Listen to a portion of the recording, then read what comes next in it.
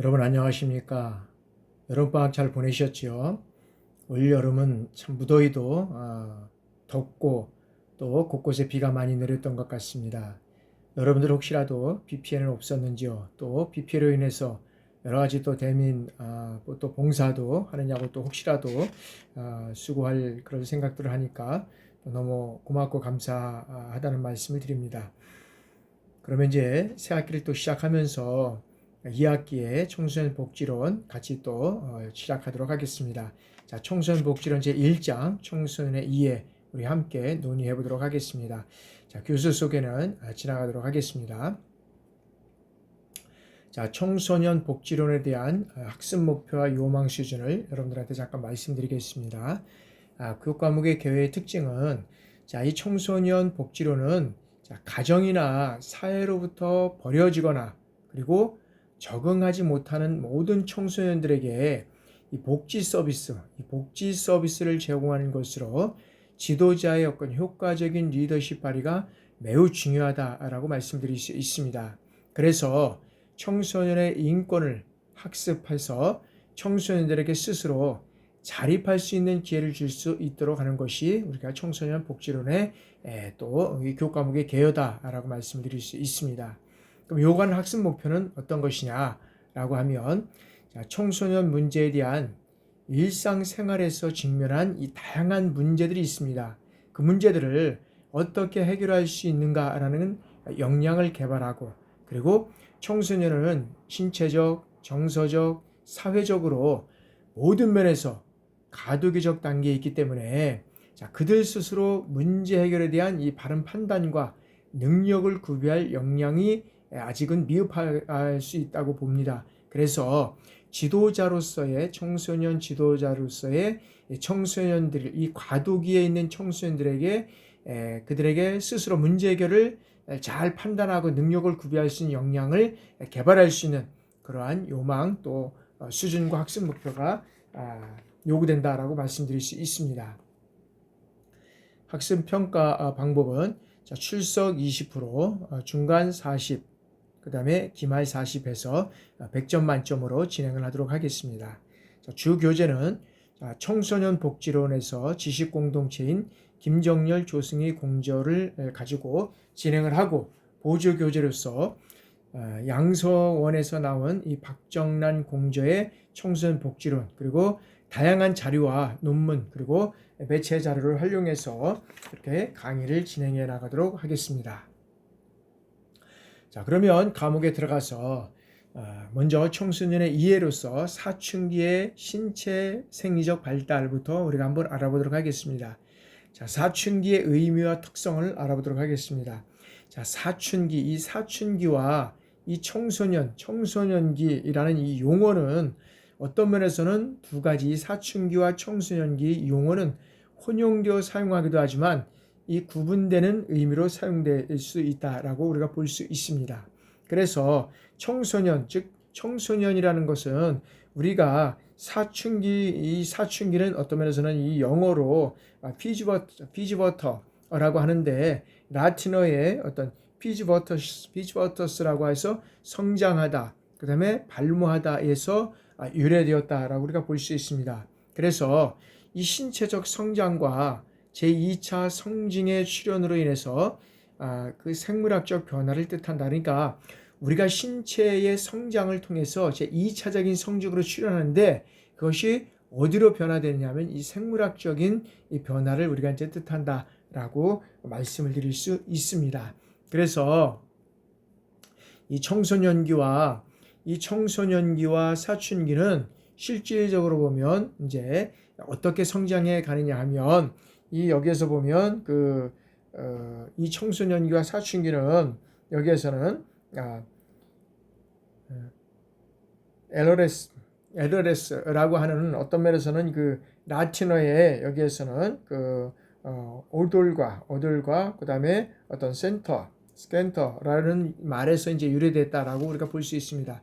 그래서 여기는 뭐뭐라는 어떤 방향성과 성장하다라는 의미를 동시에 지니고 있는 어떤 합성어다라고 말씀드릴 수 있습니다. 이거 중요한 건 아니지만 그래서 청소년기와 이 사춘기는 어른으로 성장하는 시기다라는 점에서 어떤 면에서는 공통점을 가지고 있다. 다시 말씀드리면 청소년기와 이 사춘기는 여러 가지 어떤 혼용되는 혼용돼서 사용하기도 하지만 공통점은 뭐냐면 어른으로 성장하는 시기다라는 거죠.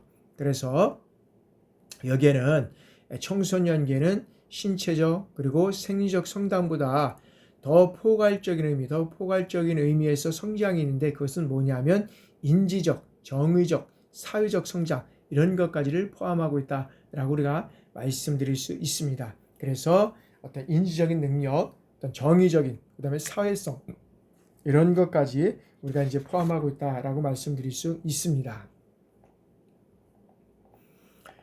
자, 그러면 청소년기에 대한 어떤 규정은 시대와 어떤 면에서는 지역에 따라서 차이가 있지만은 오늘날 대부분의 어떤 발달 심리학자는 어떻게 얘기하고 있느냐 하면은 청소년기는 생물학적으로 시작해서 사회 문화적으로 끝난다라고 우리가 볼 수 있습니다. 그러니까 생물학적으로 시작을 해서 사회 문화적으로 끝난다. 그러니까 이 청소년과 성장하면서 어떻게 돼요? 어디와 관계되니까 사회성과 사회에서 여러 가지 어떤 사람들을 만나게 되고 활동을 하게 되고 또 문화적이 접하는 이런 것들로 인해서 끝난다라는 거죠. 그래서 성인과 유사한 크기의 어떤 신장과 체격의 발달로 인해서 1차, 2차 성징의 생물학적 변화가 나타나는 이 사춘기에 접어들면 이제 청소년기가 시작된다라고 말씀드릴 수 있습니다.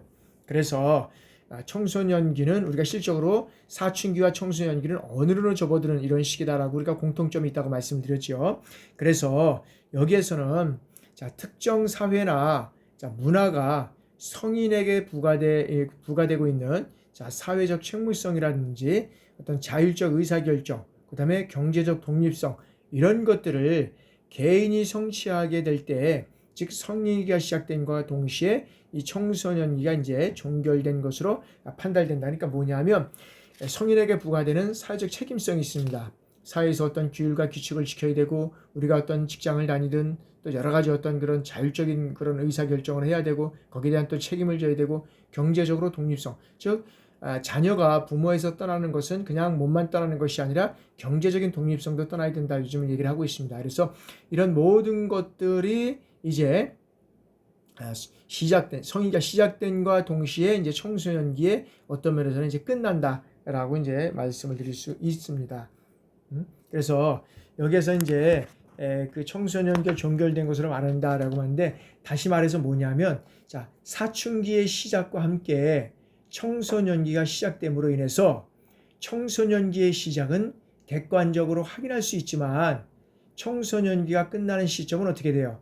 그 사회가 지니고 있는 어떤 문화적인 기준에 따라 차이가 있을 뿐만 아니라 개인의 주관적인 인식이 크게 작용한다는 거죠. 그래서 청소년기에 대한 이러한 개념에서 알 수 있듯이 청소년기는 어떻게 돼요? 사춘기의 생물학적인 변화로부터 시작을 해서 이것은 청소년 발달과 행동을 이해하는 데 매우 중요한 의미를 지니고 있다라고 우리가 보고 있다는 거죠. 그래서 이 사춘기는 생물학적인 변화로 인해서 한 개인이 이제 생식 능력을 갖게 되는 시기다라고 우리가 말씀드릴 수 있습니다. 그러니까 사춘기는 생물학적인 변화로 인해서 이제 한 개인이 생식 능력을 가지고 있다는 거죠. 그러니까 어른으로 성장해 가는 이제 그런 시기라는 거죠. 그래서 여기에는 보다 넓은 의미에서 사춘기는 한 개인이 아동기에서 이제 성인기로 넘어가는 기간 동안에 발생하는 모든 신체적 변화를 우리가 의미한다라고 말씀드리고 있습니다. 그래서 이런 어떤 그 사춘기는 호르몬 수준에 따라 이제 증가가 어떤 면에서는 증가에 따라서 이제 성적 성숙이 이제 명확해진다. 그러니까 사춘기는 이 호르몬의 수준의 증가에 따라서 어떤 청년들은 빠르게 증가할 수도 있고 좀 서서히 증가될 수도 있고 느리게 증가할 수도 있고 이 증가에 따라서 성적 성숙이 이제 명백해진다는 거죠. 그래서 이런 내적인 변화가 이제 제2차 성징의 발달과 이제 성장 급등으로 이어져서 이제 어른으로 나타난 시기다라는 거죠. 그래서 이 사춘기의 대표적인 발달의 어떤 특징은 뭐냐면 여기에는 성적인 성숙이다. 그러니까 뭐가 제일 사춘기의 이 발달적인 특성이냐면 성적인 성숙이 이루어진다는 것이다 라는 것이죠. 그래서 거의 이제 그 신체적 성장의 급등이 일어나는 이제 성적인 성숙을 통해서 어떻게 돼요? 이제 신체 성장의 이제 급등이 일어나는 거죠. 이제 그래서 이런 것들이 일어나는 거죠. 그래서 사춘기 변화가 일어난 순서에 있어서는 다소 일정한 질서가 있다는 것은 어떤 면에서는 발달적인 측면에서는 일찍부터 받아들여져 왔지만, 그러나 이런 것들도 또 학자들에 따라서 또 여러 가지 어떤 그런 그 상황에 따라서 조금씩 변화되고 있다라고 우리가 말씀드릴 수 있습니다. 자, 이래서 이제 마샬의 사춘기에 일어날 수 있는 신체 생리적 변화를 우리가 한번 살펴보도록 하겠습니다. 자, 첫째 뭐냐면 신장과 이 체중이 급격한 증가가 일어난다는 거예요. 그러니까 사춘기가 되면 이제 생물학적 변화가 일어난다 그랬잖아요. 그래서 그것이 신장과 체중의 급격한 이제 증가가 일어난다. 그리고 두 번째는 자, 남성의 고환과 여성의 난소와 같은 생식선. 이제 생식선은 뭐냐면 요거는 생식하고 어떤 그 생산할 수 있는 능력, 이런 것들이 이제 또는 이 성적인 어떤 능력, 성선, 이것들이 이제 발달된다는 거죠. 그래서 이 생식선은 어떤 면에서는 이 배우자를 형성하는 어떤 기관이 된다는 거죠. 생식선, 이런 것들이 이제 된다는 거예요. 그래서 이런 것들이 이제 발달되고, 그다음에 셋째는 자, 지방질과 근육과 같은 이제 신체 구성의 변화가 이제 일어난다는 거죠. 여기저기에 이제 근육이 생기고 알통이 나오고 이제 막 이러잖아요. 그래서 이제 우리가 자녀들이 성장해 가면 이제 사춘기를 막 접어들면서 이제 막 여기저기가 이제 울퉁불퉁 나오고, 그다음에 이제 코시험이 나오고 뭐 이제 이런 뭐 현상들이 막 나오잖아요. 목소리가 걸걸하게 되고 뭐 이제 이런 것들 되면 이제 어른은 성장하게 되는 거죠. 자기도 이제 어떤 면에서 보면 의아해하지만 그런 성장으로 인해서 또 부모에게 보여주고 싶어 하는 것도 있고 안 보여주고 싶어 하는 것도 있습니다. 하여튼 그렇지만 이 마샬의 사춘기의 신체 생리적 변화는 이런 현상들이 변화된다. 자, 네 번째는 자, 신체의 순환계통과 호흡기 변화로 인해서 이제 운동 능력이 증가한다. 그리고 아까도 순환계통계 여러 가지 호흡기 변화로 인해서 다양한 이제 목소리가 이제 어떤 변화되고 어떤 그런 음성이 변화가 되죠. 그런 것들로 인해서 이제 또 그 운동 능력이 이제 증가된다. 뭐 이런 것들이 이제 나타날 수 이제 있다는 거죠.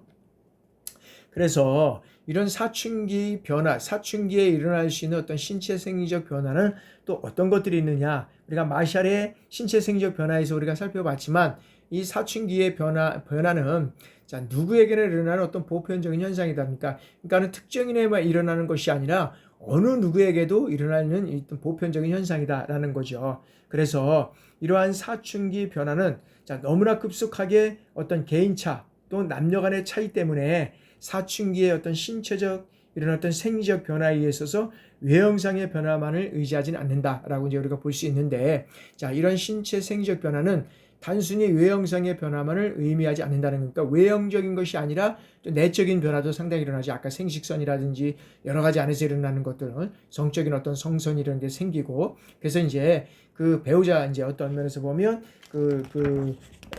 뭐냐면 이제 배우자를 이제 형성하는 어떤 그런 기관들이 이제 형성된다는 거죠. 그래서 청소년의 시기의 모든 발달을 선도하고, 그다음에 청소년의 어떤 정서와 성격, 그리고 인지 능력, 사회관계 모든 측면에서 이제 중요한 어떤 그런 영향을 미치게 된다. 그래서 청소년기 시기에 들면 어떤 인격, 가치관이 형성되는 시기입니다. 그러니까 이때가 상당히 중요하잖아요. 그래서 어떤 친구를 만나는지 누구를 만나냐에 따라서 우리 청소년들의 인격이 변화되고, 또한 어떤 인지, 그다음에 사회관계 이런 것들이 또 변화되어 나갈 수 있다는 거죠. 그래서 이 시기에는 정말 어떤 면에서 보면 부모와도 잘 만나지 않으려고 그러고 얘기하지 않으려고 하지만 그러한 어떤 그 자녀들을 이해하고 또 그들과 많은 대화를 통해서 이루어갈 수 있는 그런 현상들이 또 이루어질 수밖에 없다라고 우리가 볼 수 있습니다. 그래서 이제 여러 가지 이런 어떤 이제 정서적인 이런 능력과 발달이 형성되는 시기이기 때문에 청소년기 즉 사춘기 시기는 어떤 면에서는 이제 중요한 시기다라고 말씀드릴 수 있습니다.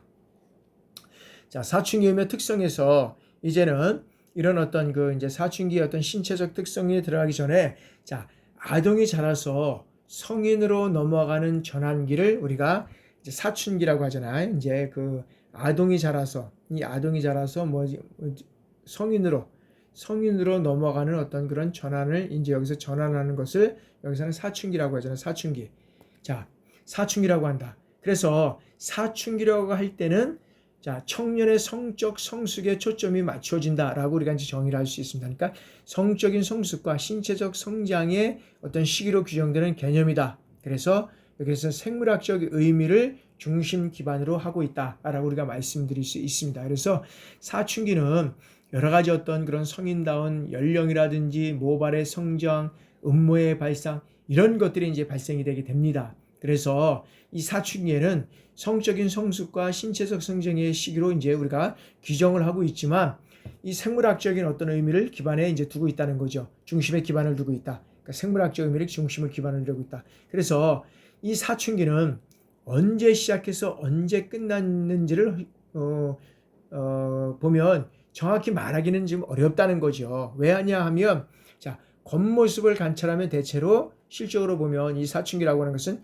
12에서 16세 사이에 이 사춘기의 변화가 진행된다라고 우리가 볼 수 있다는 거죠. 그래서 이 사춘기의 작용을 일으키는 이제 일어나는 여러 가지 어떤 그런 작용들이 있는데 뭐 완전히 밝혀지지는 않고 있지만은 이 호르몬이라는 이 물질이 사춘기 변화의 어떤 주역이다라고 우리가 볼 수 있다는 거죠. 그래서 어떤 면에서는 이제 그 뇌와 그 내분비기에서 일어나는 어떤 복잡한 작용에 의해서 사춘기 어떤 생리적 발달이 이루어진다는 것은 분명하다라고 우리가 볼 수 있다는 거죠. 그래서 사춘기 발달이 시작되면 어떤 것이 일어났냐면 여기에서 뇌하수체에는 이 시상하부의 어떤 그런 지위에 따라서 혈관 내부의 호르몬 수준을 조절하는 이 기능을 담당하고 있다는 거죠. 뇌에서 그러니까 우리가 여기에 팔다리가 다 있지만 어디에서 이 명령이 내려오니까 뇌에서 내려오는 거잖아요.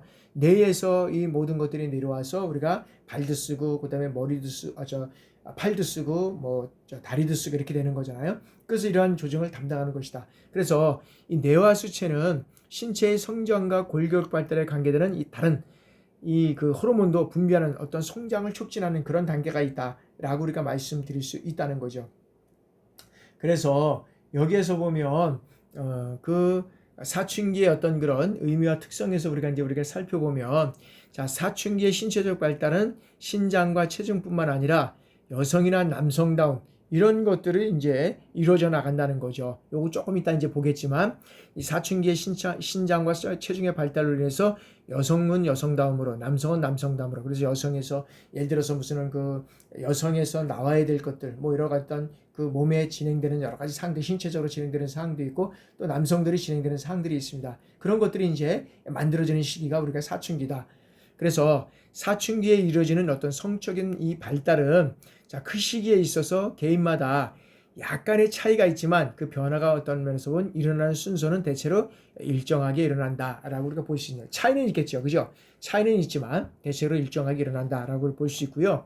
그리고 사춘기 어떤 신체나 생리적 발달에 가장 강력한 영향을 미치는 것은 뭐냐면 이 뇌하수체 가운데에서도 전엽이고 이것은 생식선의 활동을 자극한다. 생식선이라는 것은 우리가 아까 여기에 배우자 이거는 어떤 그런 성적인 그런 것들을 만들어내는 거라고 했잖아요. 그래서 사춘기가 되면서 이 뇌하수체의 전엽, 뇌하수체의 전엽은 이러한 중요한 자극 호르몬을 분비하는데 이것은 또한 시상하부의 어떤 자극 때문에 일어난다라는 거죠. 그래서 우리의 뇌는 시상하부, 뇌하수체, 생식선의 관계는 사춘기 이전부터 작용하지만 사춘기가 되면서 이제 이 체제가 더욱 활성화된다라고 우리가 보고 있다는 거죠. 그래서 이것을 단순히 한번 우리가 조금 더 확대해서 이거를 보면 어떻게 돼 있냐면 요게 이제 대뇌입니다. 요거 대뇌 이렇게 대뇌가 있고 그다음에 이제 사람이 이제 어떻게 되냐면 요게 이제 중간뇌입니다. 요거 중간뇌. 그다음에 이제 다리뇌. 예? 다리뇌. 여기 다리뇌. 그다음에 이제 여기가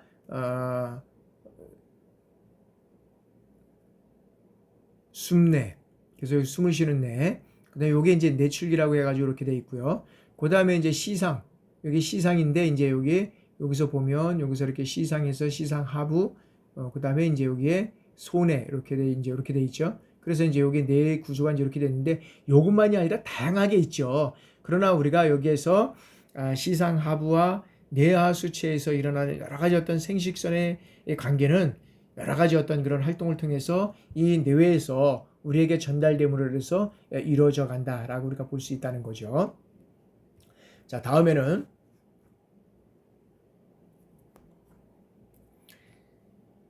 이런 이제 사춘기의 여러 가지 어떤 발달을 통해서 이제 우리가 이제 이거를 살펴봤는데, 자, 사춘기의 이제 의미와 특성에서 우리가 이제 또 한번 살펴보도록 하겠습니다. 그래서 이거는 뭐냐면, 자, 사춘기의 의미와 특성에서는 사춘기의 신체 발달은 단순히 어떤 신장이나 체중의 증가에 그치는 것이 아니라 그랬죠. 우리가 아까 남성은 남성다운, 여성은 여성다운 이런 어떤 신체적 특성과 함께 이제 성적인 기능이 확대된다는 이러한 점에서 이제 중요한 의미를 가지고 있다라고 말씀드렸죠. 그래서 여기서는 생식선 또는 성선의 이 향생식선 또는 호르몬의 자극에 의해서 이제 자체 호르몬이 이제 이게 분비가 되는 겁니다. 그러면서 남성에게는 어떤 호르몬이 이제 분비가 됩니까? 이 안드로겐이 되고, 그래서 이제 여기에서는 그 안드로겐은 여러 가지가 있고, 이제 하여튼 요거는 이제 보겠습니다. 여성에게는 여기는 에스트로겐이라는 이런 호르몬이 이제 이 분비가 됩니다. 그래서 이 안드로겐이라는 것은 어떤 것이냐면, 자, 음경의 발달이라든지 전립선, 그다음에 정남, 그다음에 2차의 성특징을 이제는 담당하는 이러한 것들이 이제 안드로겐에서 이제 분비가 되는 겁니다. 생식되는 겁니다. 그리고 여성에서 이루어지는 어떤 그런 호르몬은 에스트로겐이라는 것이 있는데, 여기에서는 어떤 것이냐면 자궁이라든지 질, 그다음에 나팔관, 유방, 여성의 2차 특징의 발달에 관여하고, 자, 이 밖에도 월경주기와 정상적인 어떤 자궁 수축, 그리고 유선 조직의 성장을 이제 통제한다. 그래서 여성에게는 어떤 면에서는 이제 새로운 어떤 그런 임신과 이런 어떤 것들을 또 할 수 있는 여러 가지 어떤 이런 현상들이 일어나잖아요. 그래서 이런 것 현상들이 뭐 질이라든지 나팔관, 유방 이런 것들을 통해서 이제 계속적으로 이제 그런 것들이 이제 에스트로겐에 의해서 분비가 되고, 그다음에 이것은 여러 가지 어떤 월경주기라든지 자궁 수축을 통해서 유선 조직의 어떤 성장을 이루어간다라고 우리가 볼 수 있다는 거죠. 그래서 이런 어떤 이제 사춘기에 여자의 어떤 성적 발달을 알려주는 대표적인 것은 어떤 것이냐면 이 난소의 성숙을 의미하는 이제 월경이다라고 우리가 볼 수 있다는 거죠. 그래서 이게 이제 이 내용들을 살펴보면, 자, 1900년 초반부터 1980년대까지 여자 청소년의 평균 이 초경 나이는 언제였었냐면, 자, 2세 정도로 이제 낮아진다는 거죠. 2세 정도가 낮아진다는 겁니다. 그러면서 이제 1980년대에서부터 84년의 사이에서 태어난 여자 청소년의 초경 나이가 평균 13.1세인데, 여기에서 보니까 이제 자꾸 90년도에 가면서 80년대에서 90년대에 가면서 초경 나이가 2세 정도 낮아진다는 거예요. 그러면 여기에서는 11세, 뭐 여기서는 11세에서 12세 정도면 이제 빠르면 몇 세까지 10세까지 되겠죠. 이게 초경, 이제 월경이 이제 이런 것들이 이제 나타난다는 거죠. 그래서 과거 우리가 다닐 때는 뭐 예를 들어서 뭐 중학교 때 고학년 때 이렇게 정도가 됐는데, 지금은 이제 초등학생으로 이게 내려와 가지고 점점 이런 것들이 이제 나이가 낮아지는 이런 현상들을 볼 수가 있다는 것이죠. 그리고 1990년대에서 90년 사이에 태어난 여자의 초경 나이는 평균 12.6세인데, 실적으로 보면은 이런 것들이 전체적으로 낮아져 가고 있다라고 우리가 볼 수 있다는 거죠. 자, 초경보다 앞서 10세 전후의 빠른 8세 무렵부터 나타나는, 자, 젖가슴의 용기가 가장 먼저 나타나는 어떤 성적 발달의 특성을 나타낸다. 그래서 우리가 여자들이 성장을 하게 된다 그러면 이제 히프가 좀 이렇게 커지고, 뭐 여러 가지 어떤 이제 젖가슴이 이렇게 나오고, 이제 뭐 이렇게 이제 되는 현상들이 이제 있잖아요. 남자들 같은 경우에도 여러 가지 현상들이 이제 이렇게 나오잖아요. 그래서 가장 뚜렷하게 나타나는 현상들이 이제 여자에게는 이런 현상들이 나타나고, 그 다음에 이제 두 번째로 나타나는 여자의 성 발달 같은 경우에는 이제 어떤 것들이 있느냐 하면 여러 가지 한번 또 살펴보도록 하겠습니다. 자, 두 번째로 나타나는 여자의 성 발달 징표는 뭐냐면 음모라는 거, 음모. 그래서 뭐 어떤 겨드랑이에 이제 털이 나고, 그 다음에 성기 주변의 외음부가 이제 발달하면서 더 민감하게 된다는 거죠. 이제 이 무렵부터 이제 여자는 어떻게 돼요? 어깨 넓이가 이제 어깨 넓이보다 엉덩이 둘레가 더 이제 커지는 현상, 이런 것들이 이제 일어난다는 거죠. 그러면 자, 남성의 경우에 이 성적인 발달이 일어나는 첫 신호는 어떤 것이냐면 이 음경과 고환이라는 거죠. 우리가 이제 이것이 이제 어떤 우리가 이제 수업 자료로 이런 것들을 사용하다 보니까 이제 더 이제 깊숙이 못 들어가는 경우도 이제 있고, 간단하게 하는 경우도 있고, 또 어떤 면에서 보면 이렇구나 하는 것도 느낄 수 있겠지만, 이거는 교재에 나오는 여러 가지 내용들이기 때문에 이 정도까지만 우리가 한번 살펴보면 되겠습니다. 자, 그래서 음경과 고환이 커지면서 이제 음낭이 더 어떻게 돼요? 이 붉은색을 띠고 주름이 이제 많아지게 된다는 거죠. 이런 현상들이 이제 사춘기에 일어난다는 거죠. 그래서 이러한 변화는 평균 11세 또는 12세 무렵부터 이제 남자는 나타난다는 거죠. 그러니까 남자가 여성보다는 좀 이제 지금 일찍 나타나는 현상이 있겠죠. 그래서 개인 차이는 있겠지만 하여튼 요 시기에 이제 나타난다 우리가 볼 수 있고요. 그리고 고환은 자, 정자와 남성 호르몬인 이 테스토스테론을 생산해서 뒤어 나타나는 어떤 성적인 발달이 이제 촉진된다라고 우리가 볼 수 있다는 거죠. 그래서 이제 고환이 커지고 나면 이제 어떻게 돼요? 음모가 나타나게 되고, 고환이 커지면 음모가 나타나는데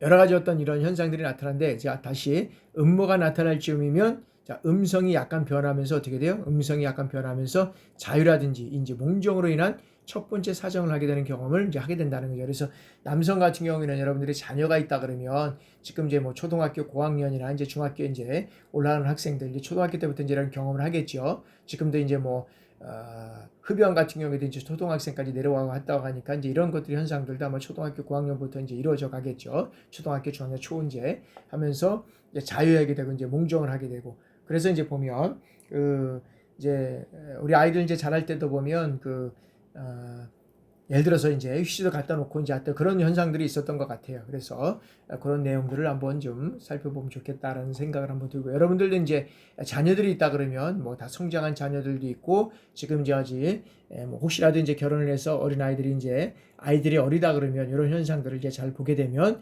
사춘기를 접어들게 되는 현상들이 이제 이런 게 나타난다. 그럴 때 이제 어떤 현상들이 우리가 신체적으로 또 성적으로 또 우리가 외부적인 어떤 정서적인 사회적으로 나타나는 이런 현상들을 우리가 이제 보게 되면 잘 또 지도 관리할 수 있지 않겠나 생각이 됩니다. 자, 사춘기에 신체 발달의 가속화 경향이 나타나는 것은 뭐냐면, 자, 생활 수준이 높아짐에 따라서 우리가 이제 과거에는 잘 못 먹고 못 자는, 이제 못 먹다 보니까 키도 작고 우리가 이제 몸도 왜소했는데, 이제는 뭐 우리가 생활 수준이 높아다 보니까 어떻게 돼요?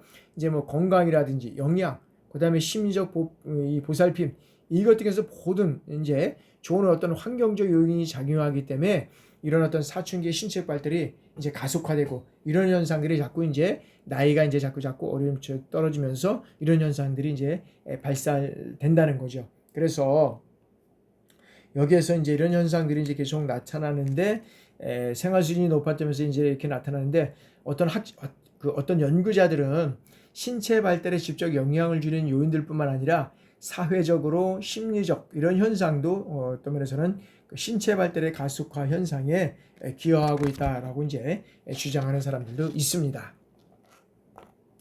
다음에는 청소년의 인지적 발달입니다. 자, 인지 발달.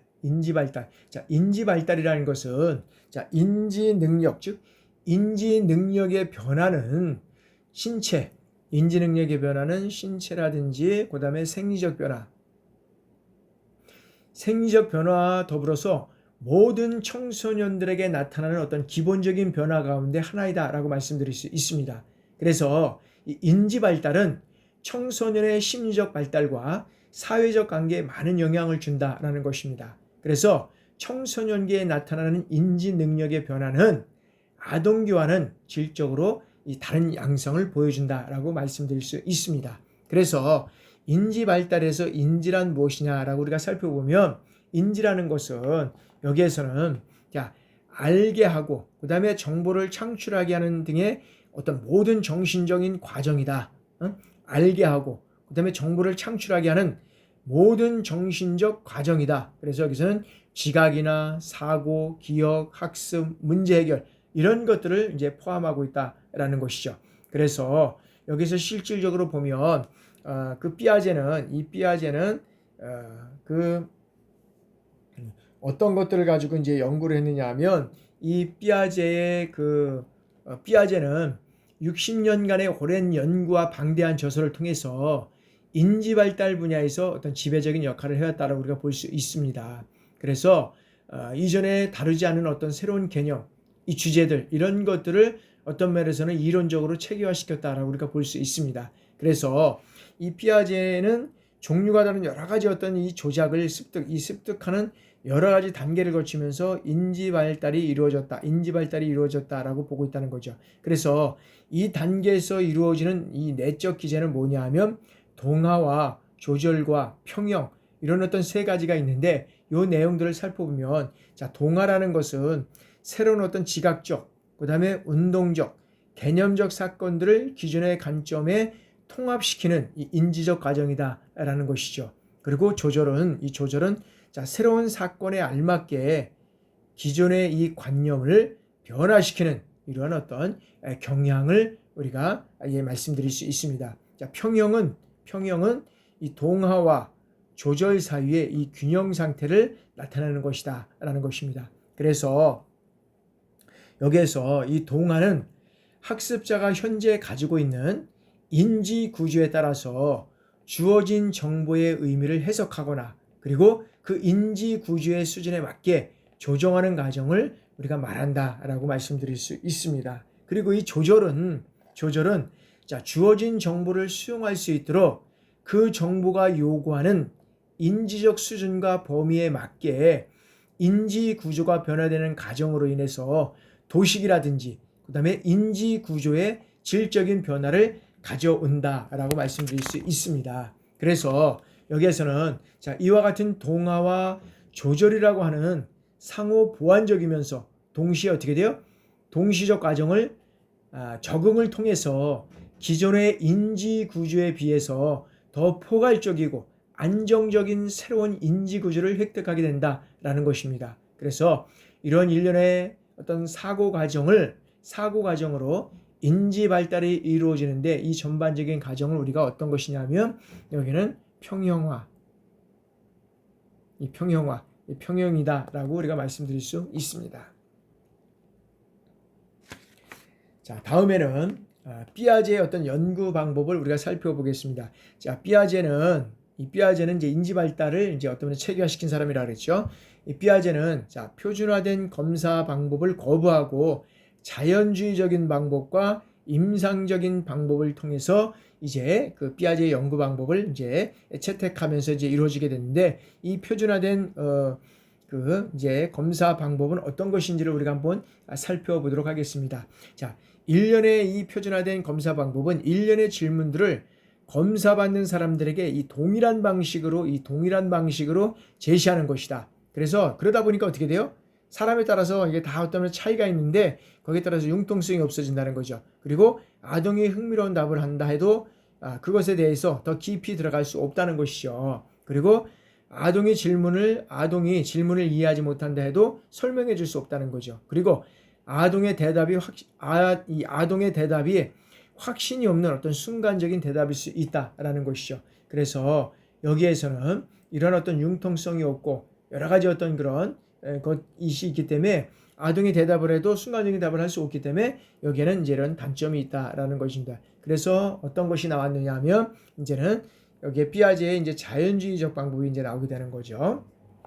그래서 이 삐아제의 자연주의적인 방법을 통해서 삐아제가 영아기와 언어를 연구할 때 사용한 방법으로 관찰을 통해서 자, 과학적 도구 없이 자연적인 주거 환경에서 아동 행동을 파악하는 방법을 우리가 이제 연구하게 되는데 이 조사자는 어떻게 되냐면 아동에게 먼저 질문을 제시하는 것이 아니라 어떻게 돼요? 아동의 어떤 자발적인 질문에 대해서 반응을 하게 된다는 거죠. 자연주의 방법은. 그리고 관찰자가 원하는 질문을 기다리기까지 얼마나 많은 시간을 기다려야 할지 알 수 없으므로 자, 연구의 주요 도구로 사용되기에는 좀 어려운 점이 있다라고 우리가 볼 수 있다는 거죠. 그래서 어떤 면에서는 여기에서는 그러다 보니까 어떻게 돼요?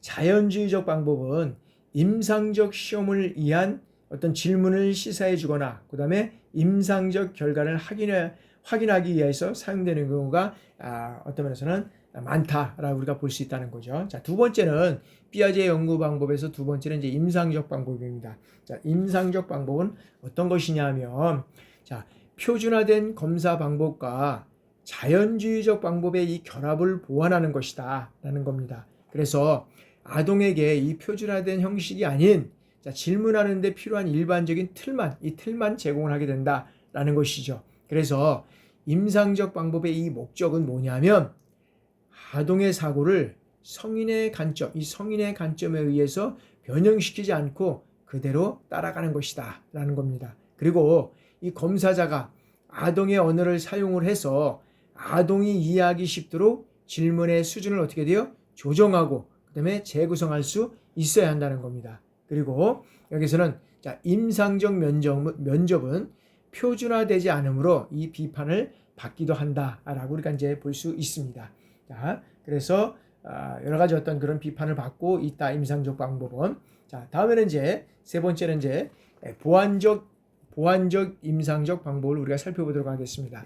자, 피아제의 어떤 초기 연구 방법이 지나치게 어디에 의존했다고요? 언어에 의존한다는 것을 보완하기 위해서 이제 만들어진 것이 보완적 임상적 방법입니다. 자, 이 피아제는 이 검사 방법을 통해서 초기 임상적 방법과 같이 검사의 질문이 유연하다는 어떤 것들이 이제 가지고 있고, 그 다음에 검사자의 질문이 아동 앞에서 주어진 구체적인 어떤 대상이라든지 그 다음에 사건에 관한 것이어야 하고, 그 다음에 이 검사자는 아동의 언어뿐만 아니라 대상을 직접 조작함으로써 자신의 응답을 표현할 수 있도록 하게끔 되어 있고, 또 아동의 관점과 상반되는 이 반론을 제시해서 아동의 사고가 안정적이고 그 다음에 확실한 것인지를 이제는 검증을 하게 되었다라는 것이 이제 보완적 임상적인 방법이다라고 우리가 말씀드릴 수 있습니다. 자, 그러면 이제는 지능 형성 요인을 우리가 살펴보도록 하겠습니다.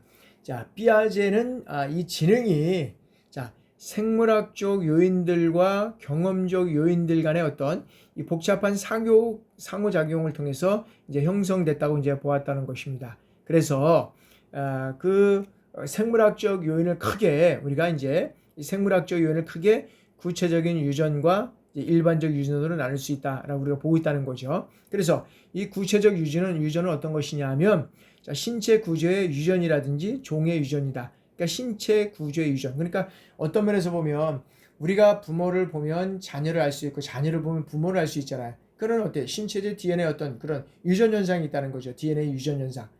그래서 어떤 질병이나 무엇이 있다면 가족력을 우리가 항상 묻잖아요. 병원에서도 이렇게 이제 건강검진을 받게 되면 가족력이 있는지, 그 다음에 병원에 간다든지 그러면 뭐 가족력을 이제 묻게 됩니다. 왜 그러냐면 이 신체에는 DNA라든지 이런 어떤 것들이 이제 있다는 거죠. DNA가 이제 우리가 있다는 거죠. 이런 어떤 것들을 가지고 있다는 거죠.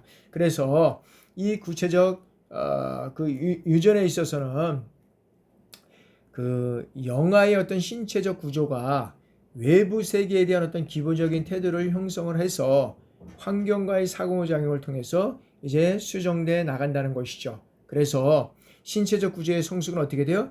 다양한 심리적 활동의 발달을 가능하게 한다. 그러니까 이 기본적인 태도를 형성해서 환경의 상호작용을 통해서 수정이 되고, 그리고 신체적 구조의 성숙은 이 심리적 발달에 심리적 활동의 발달을 가능하게 한다라는 것이죠. 그리고 이제 두 번째는 이제 일반적 유전입니다. 일반적 유전이라는 것은 어떤 것이냐? 자, 일반적 유전은 모든 종이 조직화와 적응이라는 이 두 가지 기본 성향 또는 불변하는 기능들을 유전하는 것이다 라고 우리가 보고 있다는 거죠. 거기에는 어떤 것이 있냐면 조직화가 있습니다. 이 조직화는 신체적 또는 심리적 과정의 각각의 구조들을 하나의 체계로 이 통합하려는 성향이다 라는 것이죠. 그러니까 하나로 통합하는. 그래서 이 조직화는 하나로 통합하는 것이고, 적응이라는 것은 어떤 것이냐면 모든 유기체가 환경에 적용하려는 이 성향을 갖고 태어난다는 겁니다. 태어난다. 그래서 여기에서는 그 동화와 조절이라는 상호 보완적인 과정에 의해서 이제 일어나게 된다라는 거죠. 그래서 여기에서 이 조절은 개인이 환경의 요구에 대한 어떤 반응으로 변화하려는 성향을 말하고 있고, 동화는 어떤 것이냐면 현재 구조들을 사용을 해서 환경적 요인을 다루는 어떤 보완적 과정이다 라고 말씀드릴 수 있습니다. 오늘 배우는 것이 기본적으로 신체적으로 어떤 면에서는 우리가 어떤 신체적인 것을 배우다 보니까 실적으로 보면 어떤 신체적인 어떤 그런 어떤 변화들을 우리가 알 수 없으면 좀 이해할 수 없는 이런 현상들이 좀 우리가 볼 수 있다라고 우리가 볼 수 있지만, 그래서 이런 과정들이 이제 이런 것들이 있다라고만 좀 이해를 하시면 되겠습니다. 자, 인지 발달을 촉진하는 요인들입니다. 인지 발달을 촉진하는 요인들. 여기에는 어떤 것들이 있냐면, 피아제는 여러 가지 어떤 인지 발달을 촉진하는 요소를 여기에서는 한 단계 높은 인지 발달 단계로 전환을 가리켜 하는 이 전환 기제를 말씀을 하고 있는데, 그 전환 기제는 무엇이냐면 성숙익과 경험과 사회적 전달, 그 다음에 형평화, 평형화, 이 네 가지를 얘기를 하고 있습니다. 그러면 여기서 성숙은 뭐냐라고 우리가 한번 살펴보도록 하겠습니다. 성숙. 자, 성숙은 이 성숙은 인지 발달에 기여하는 것은 분명하지만 유일한 요인은 아니다라는 것입니다. 그래서 구체적으로 이 유전으로 인해서 인지 발달에 영향을 미치는 다양한 신체 구조를 갖게 되지만, 이 지능은 신체 구조들의 성장에 이 간접적인 영향을 받게 된다. 그러니까 지능은 신체 구조들의 성장에 이 간접적인 영향을 받게 된다라는 것입니다. 그러나 유전에 의한 신체 구조들은 어떻게 돼요? 인지 성장의 커다란 테두리를 결정할 뿐만 아니라 그 내용을 결정하는 것은 아니다라고 우리가 볼 수 있다는 거죠. 자, 두 번째는 이제 발달 영향에 미치는 두 번째는 어떤 면에서 보면은 이제 환경이라고 이제 우리가 있는데, 어떤 경험이라고 얘기하고 있는데, 경험. 자, 경험은 여기에서는 물리적 경험과 논리적 경험이 이제 우리가 얘기를 할 수 있는데, 먼저 물리적 경험을 우리가 한번 말씀드리겠습니다. 물리적 경험은 관찰할 수 있는 것들에 대한 어떤 지식, 이 지식이라고 우리가 말씀드릴 수 있고, 자, 사람이 지각하는 모양이나 색, 크기, 이러한 등과 같은 어떤 대상의 속성과 이런 어떤 특징을 가지고 있다. 대상의 속성과 특징을 가리킨다라는 것이죠. 그래서 이런 어떤 물리적인 지식을 획득하는 과정은, 이 과정은 어떻게 되냐면 어떤 이전의 논리수학적 경험에서 나온 인지 도구들을 우리가 이제 필요로 한다라고 우리가 말씀드릴 수 있습니다. 그래서 여기에는 물리적 경험은 이제 논리수학적 경험에서 나온 인지 도구들을 필요로 한다라고 이제 우리가 볼 수 있고요. 자, 다음에는 이제 논리수학적 경험입니다. 논리수학적 경험. 자, 논리수학적 경험은 대상 자체가 아닌 자신의 행동, 이 자신의 행동에 대한 성찰로부터 얻어지는 이 지식으로서 여기에서는 개념적 도구들을 제공해 준다라는 것입니다. 그래서 이 논리수학적 지식은 여기에서는 물리적 경험을 바탕으로 해서 환경과의 상호작용을 통해서 점차 어떻게 돼요? 객관적이 되어 간다라는 겁니다. 그래서 물리적 지식과 논리수학적 지식의 본질은 다르지만 이들은 어떻게 돼요? 발달 초기에 서로 밀접하게 얽혀 있다라고 우리가 볼 수 있다는 거죠. 그래서 이런 것들이 얽혀 있다고 우리가 볼 수 있고, 자, 세 번째는 이제는 사회적 전달입니다. 사회적 전달은 뭐냐면, 자, 문화가 아동의 사고에 사고에 미치는 영향을 일컫는 것. 그건 뭐냐면, 자, 부모가 아동에게 설명을 하는 것. 자, 아동이 독서를 통해서 얻게 되는 정보. 그다음에 수업 시간에 교사가 가르치는 것. 그다음에 아동과 또래와의 토론, 아동의 모델을 모방하는 것도, 이런 것들을 망라해서 우리가 이제 뭘 돕냐면 이제 인지 발달을 돕는 거죠. 그래서 이제 여러 가지 이러한 것들을 우리가 이제 제공해주고 하는 것이다라고 우리가 볼 수 있고, 자, 문화는 축적된 지혜와 다른 사람들의 경험, 놀라운 인지 도구, 이런 것들을 제공해주고, 여기에서는 이런 것들을 통해서 인지 발달에 도움이 된다라고 말씀드릴 수 있습니다. 그래서 아동이 이를 받아들일 수 있는 인지 구조를 가지고 있어야 한다는 거죠. 그래서 인지 성장을 완전히 결정하지 못한다는 한계가 있다는 거예요. 왜? 아동이 이를 받아들일 수 있는 인지 구조가 아직 미약하다는 거죠. 그러다 보니까 인지 성장을 완전히 결정하지 못하다는 이 한계를 가지고 있다라고 이제 우리가 보고 있다는 거죠. 이제 그런 것이 이제 사회적 이제 발달이고. 그래서 여기에서는 이제 어떤 것들을 이제 요구하게 되냐면 네 번째는 이제 평형화가 나오게 되는 거예요. 평형화. 자, 평형화는 비평형 상태에 있던 두 개 이상의 요인들 간의 균형 또는 조화의 상태를 의미한다라는 겁니다.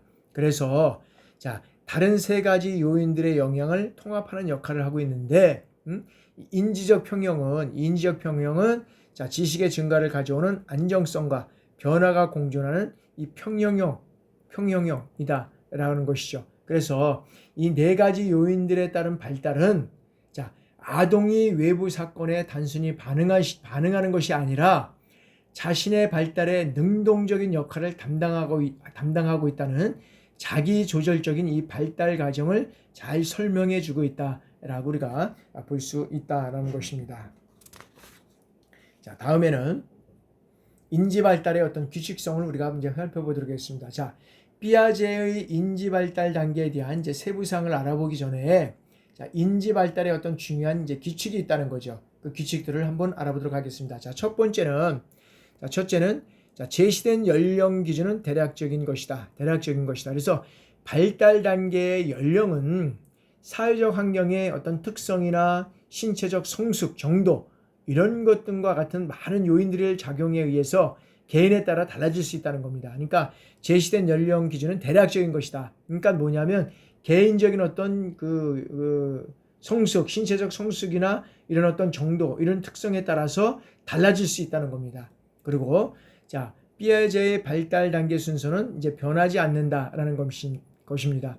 행동의 순서는 문화의 다양성과 관계없이 불변한다라는 것입니다. 그래서 단계의 순서가 뒤바뀌거나 순서를 건너뛸 수 없다는 것입니다. 단 어떤 것이 있느냐면 모든 사람이 피아제의 발달 단계의 가장 높은 수준까지 도달하는 것은 아니라는 것이죠. 그래서 한 사람이 다양한 영역에서 모두 같은 발달 단계에 있는 것도 아니다라는 것입니다. 그런 측면에서 우리가 피아제의 어떤 그런 발달 단계의 순서는 변하지 않는다라고 우리가 볼 수 있고요. 세 번째는 영아의 발달이 점진적이고 그다음에 연속적인 과정이다. 점진적이고 연속적인 과정이다라는 것입니다.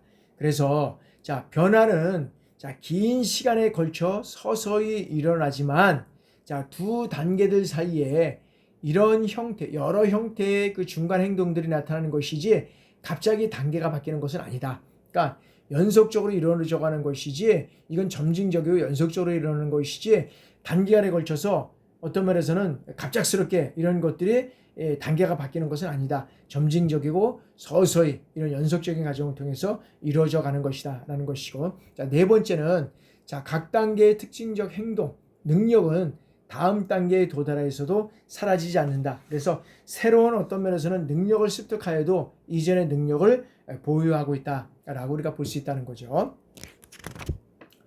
다음에는 이제 피아제의 어떤 인지 발달 단계입니다. 그래서 이 피아제의 인지 발달 단계를 우리가 이제 살펴봐야 되는데, 인지 발달 단계를 우리가 이제 살펴보기 전에 간단하게 우리가 이제 그 발달 단계 피아제의 어떤 그런 그 이제 특성을 우리가 먼저 한번 살펴봐야 되는데, 그 이 특징을 살펴보기 전에 우리가 이제 이 피아제의 인지 발달 단계를 통해서 한번 우리가 이제 잠시 휴식 시간을 갖고 이 과정들을 우리가 한번 살펴보도록 하겠습니다. 잠시 10분간 휴식하고 진행해 나가도록 하겠습니다.